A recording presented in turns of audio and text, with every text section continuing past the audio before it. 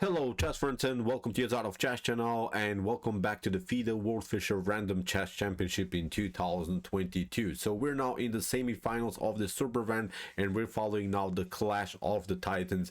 We have here Nepomniachtchi versus Magnus Carlsen in the semifinals. The other semifinals is of course Nodirbek Abdusattorov versus Hikaru Nakamura. It cannot get better, I think, especially because of Nodirbek Abdusattorov. I think because Nodirbek played, I think, simply the best chess so far. But we'll see what will happen now. This is now a different story. This is now knockout stage.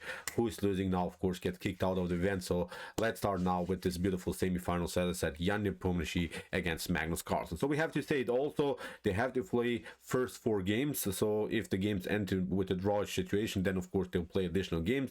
And in the game 1, already wild and brutal things happen. Be prepared. This was simply wild chess. So here Nepomniachtchi in this particular position played with the white pieces and opened with the move f4, and I've noticed usually in this top grandmaster level, in this elite grandmaster level, most of the times they're opening in Fischer Random chess with the pawn that's supported by the rook. In my opinion, it makes really sense because this is now a powerful pawn. It creates spaces. It creates at least some kind of an advantage in the beginning. So we have now f5 by Magnus Carlsen himself. So he's doing the same. We have now g4. It's almost like I don't know, maybe sort of a king's gambit, but in Fischer Random style. We have here a beautiful move g4, and here Magnus protects everything with the move g6. So we have here knight to b3, f takes g4, queen to g4, knight to b6, and now knight to c5 here by Nepomniachtchi. It's not a mistake, but it breaks, I think, a little bit the principles of chess.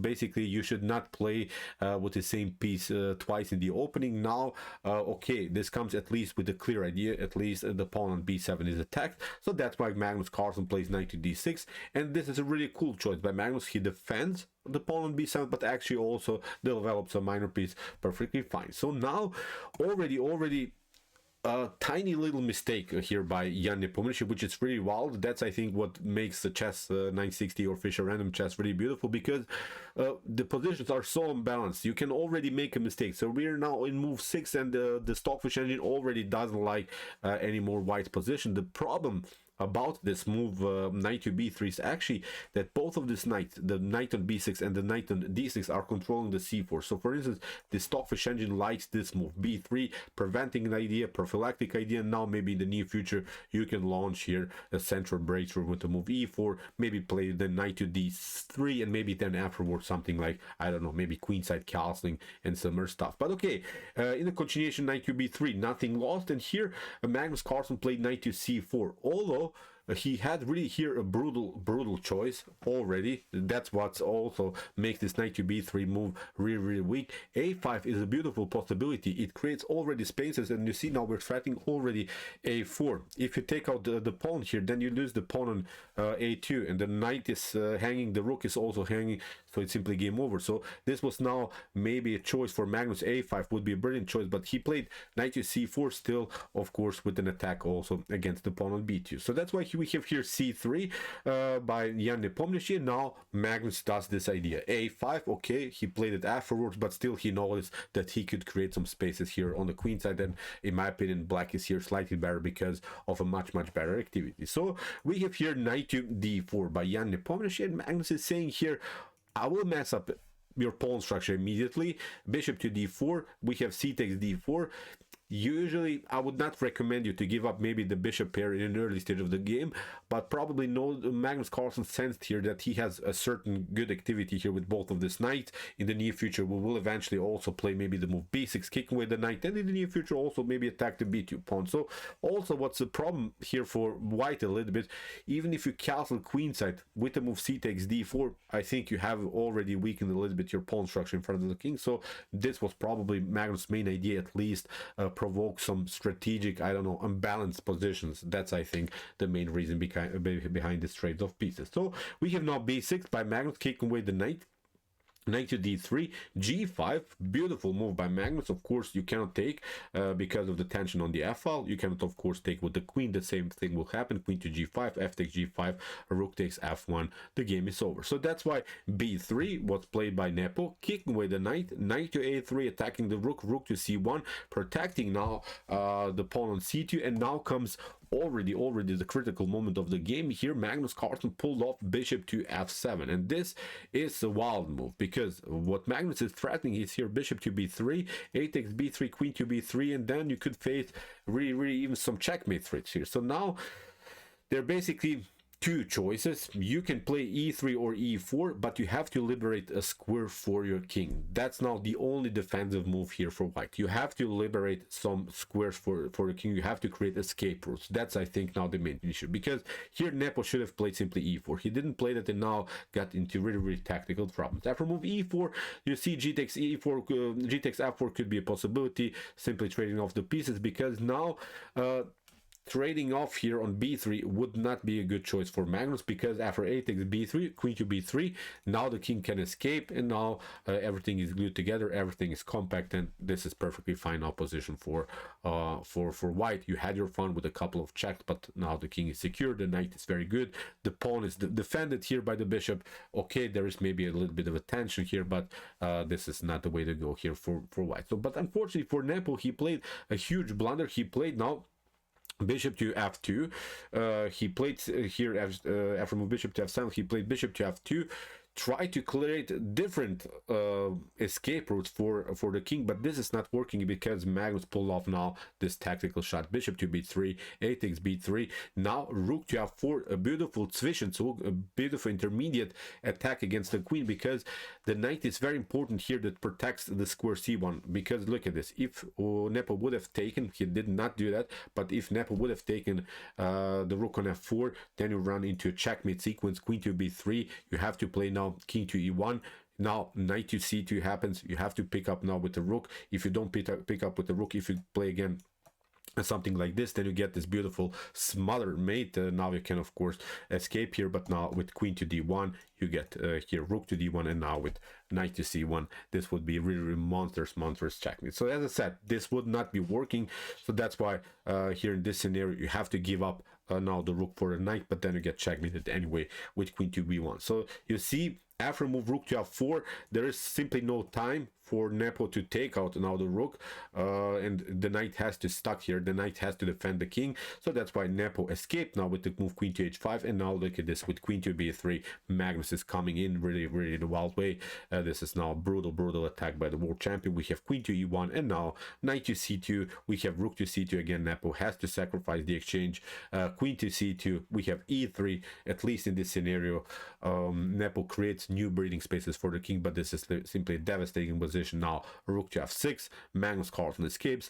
Okay, now Nepo can also escape, but if we evaluate now the position, of course this is a lost game, because here Nepo lost the exchange here. Has of course, okay, still the bishop pair has of course some opportunities on this diagonal, but this is not the way to go. The king is stuck in the center. Meanwhile, we have to say it, Magnus Carlsen still can castle on queenside and secure the king, and had, I think, also good defensive resources here. So here Magnus castle, although maybe this is a little bit risky because you could be vulnerable here on this diagonal, but still there are of course resources with c6 defending everything. The knight is also a good defender. The queen is still also protecting the c6, so no sacrifices on c6 would be possible. So this is nothing special, although it was maybe slightly risky. But now the main goal of blacks is of course a rook battery on the f file, attacking the f2 weakness. So in the continuation, we have now queen to g4 by Magnus Carlsen. Now h5, a beautiful move again by Magnus Carlsen, because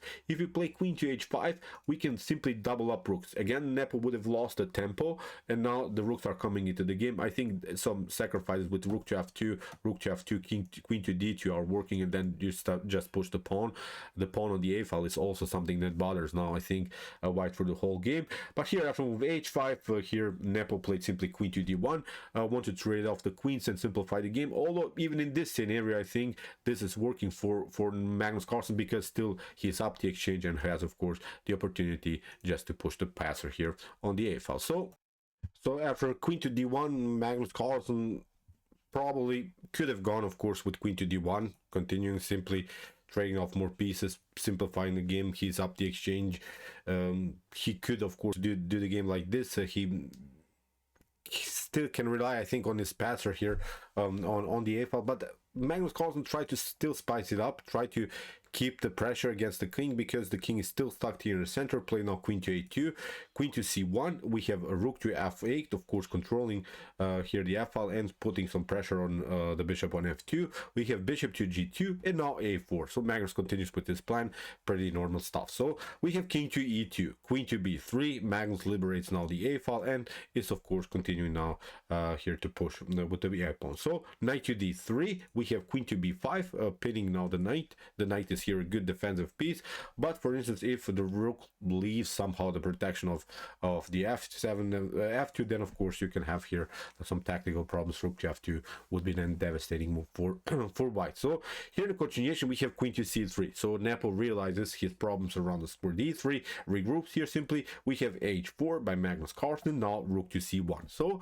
Nepo is counter playing here. Nepo is trying now to do some tactics here on the c file. There is this checkmate threat on c7. There is now also this tension on this diagonal. In the continuation, Magnus tried here c6. He tried now to mess up here the pawn structure, although here rook to f2 in my opinion should have been working. King to e1, and now we can play knight to e8, protecting everything. The square c7 is protected. I'm not sure why Magnus didn't play this. This was the way to go. I think he played the move queen to b5 in order to keep the pressure on the knight on d3, in order to overload the knight on d3.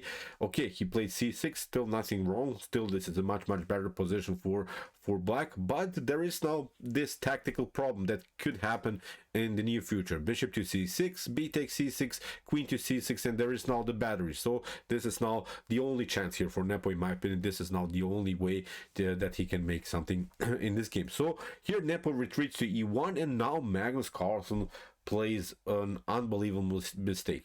He has now basically two choices that are working, in my opinion. He can continue the pressure with the move queen to f5.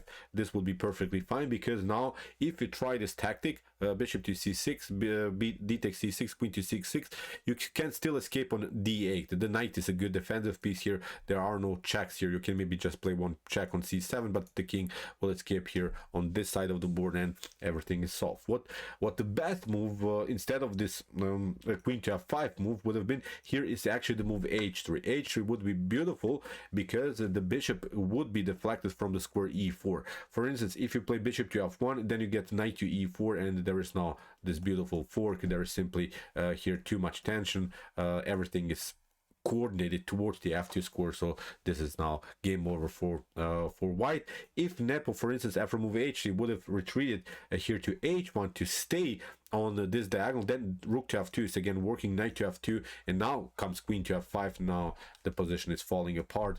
You're losing here the battle on f2. You're losing also here the tactical battle on f1. So again, it's a position that you can resign. But Magnus Carlsen played rook to f2 immediately.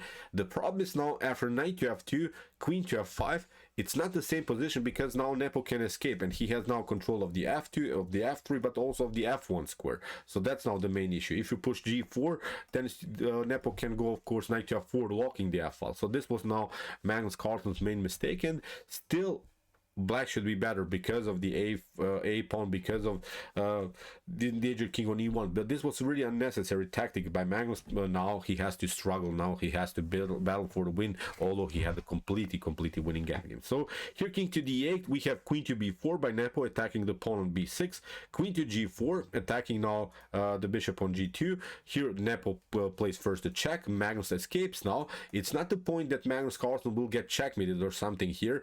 There are simply not enough attacking resources by white, but this was really unnecessary how Magnus played the game. But we have to say they were simply low on time. The game was quite wild, with opportunities on both sides of the board, so it was very wild game. So here bishop to f1, Nepo retreats, because there's not a good way to defend everything here. You cannot get with your king closer. The f file is locked. The bishop on g2 is hanging. The only way to hang on to this position is the move bishop to f1 that Nepo played. But now Magnus played this tactical shot, rook to f1, king to f1, and now after queen to h3, Nepo played here simply towards the king side, hoped here to get a draw, because okay, white is down the exchange, but look at this 3 pawns doesn't matter. Look, the king is naked here. We'll push simply the pawns further, we'll include the knight into the game, so Nepo hopes here simply for a draw.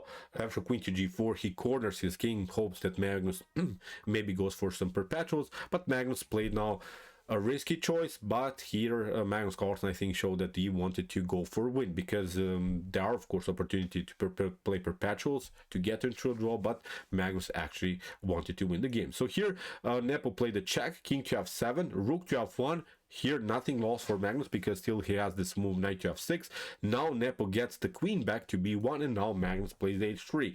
Really wild move, threatening already the checkmate on g2. So that's why Nepo has to protect this one. Here Magnus continues to push the pawn, and what Magnus is trying to do here, he's trying to deflect somehow the queen maybe to the a pawn. When that happens, then queen to d1 would be a devastating checkmate. So that was really a tricky choice here by Magnus Carlsen. So here after move queen to f5, here Nepo hopes to simplify the game by trading off the queens. Of course you don't want to trade off the queens, then white picks up the queen and gets behind this pawn, picks up this pawn, will eventually also pick up this pawn, and then it could be maybe a losing game for black. So here after move queen to f5, Magnus Carlsen played simply a slow move queen to h5, try to keep his chances by of course keeping the queens on the board. So after queen to h5, here Nepo played rook to f1. Okay, it's perfectly fine to secure now the first rank, but now after Magnus Carlsen d5, here Nepo in my opinion should have gone simply king to g1. This is a very necessary move I think for white,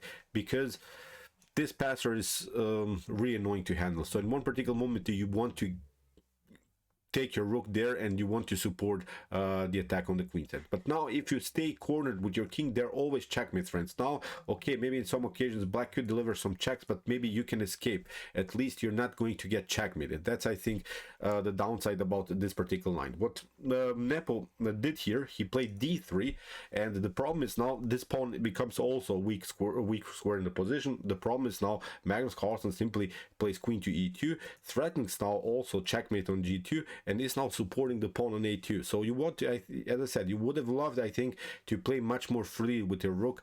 The king should have been gone already here to g1. So we have queen to h7, a check by Nepo, nothing special because Magnus Carlsen calculated this pretty well. There are a couple of checks, you had your fun, but now after queen to d8 no checks are possible, and Nepo went to this tactical sequence where he at least took this annoying pawn on h3. The rook on f1 is now protected, but now Magnus Carlsen played a2.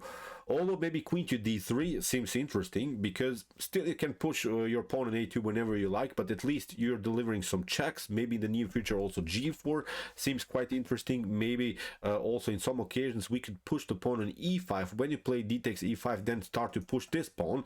So too many options. Of course this is really wild to calculate. I'm not sure how many of us would stay even on the board for so long. So this is really a wild position. There are so many tactical opportunities for both sides. Magnus Carlsen decided to do this one, a2, deflects of course now the pieces. Now after queen to g2, Magnus took now the pawn on d3. You can of course pick up the pawn because the rook is hanging on f1. So that's why Nepo played rook to a1. Queen to b1 you cannot take of course, because we'll promote a new queen. So that's why here queen to g1 was played by Nepomniachtchi, queen to b2, and now queen to c1. Magnus tried this one, queen takes c1, rook to c1, and now Magnus found a wild way how to include now the knight into the game.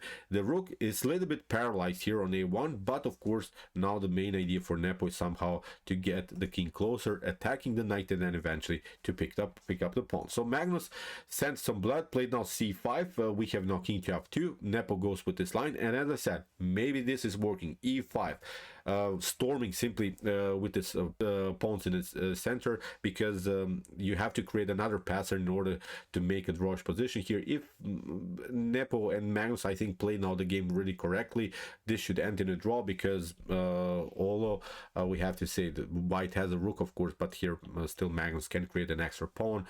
Maybe Nepo can also create some kind of a passer here on the h file. So still a tough position to play for both sides. D takes e5, king to e7, e1, king to e1, we have king to e6, king to d2, attacking now the knight finally, but now Magnus defends the knight. So see, Magnus managed somehow to glue everything together, to glue the pieces together, protecting still everything. The pawn is protecting the knight is protecting the pawn, so still Magnus is hanging on to this position. So we have king to c2, king takes e5, rook to g1. That was now the crucial mistake here by Jan Nepomniachtchi. What he should have played is rook to h1, because here after potential g4, here Nepo still can of course hang on to this situation. He can play king to b2, but now after potential king to f4 move, maybe black wants to go here closer with the king. You have this defensive resource. You have now the move h4. Now if you take en passant, of course, we'll simply pick up also here rook to h3, and now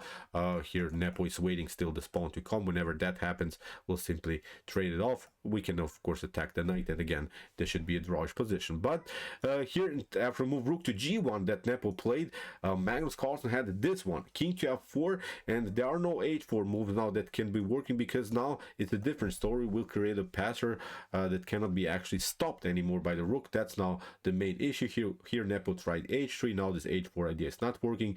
Knight to e4 here played by Magnus Carlsen. We have rook to g4 attacking now the king, but nothing special. Here after move king to b2, Magnus Carlsen found this beautiful move d3. Basically you cannot stop both of these pawns. That's now the main issue. We just played d2. Here Nepo tried to somehow control the d1 square, but now Magnus simply played d1 anyway, and here he had a beautiful fork. If you take of course rook to d1, then you get knight to c3, and the game is over in this position. Jan Nepomniachtchi resigns. So really wild stuff. What to say, I'm not sure how to explain this game. This game had everything. This was such a messed up end game by both sides, but this is really brutal chess.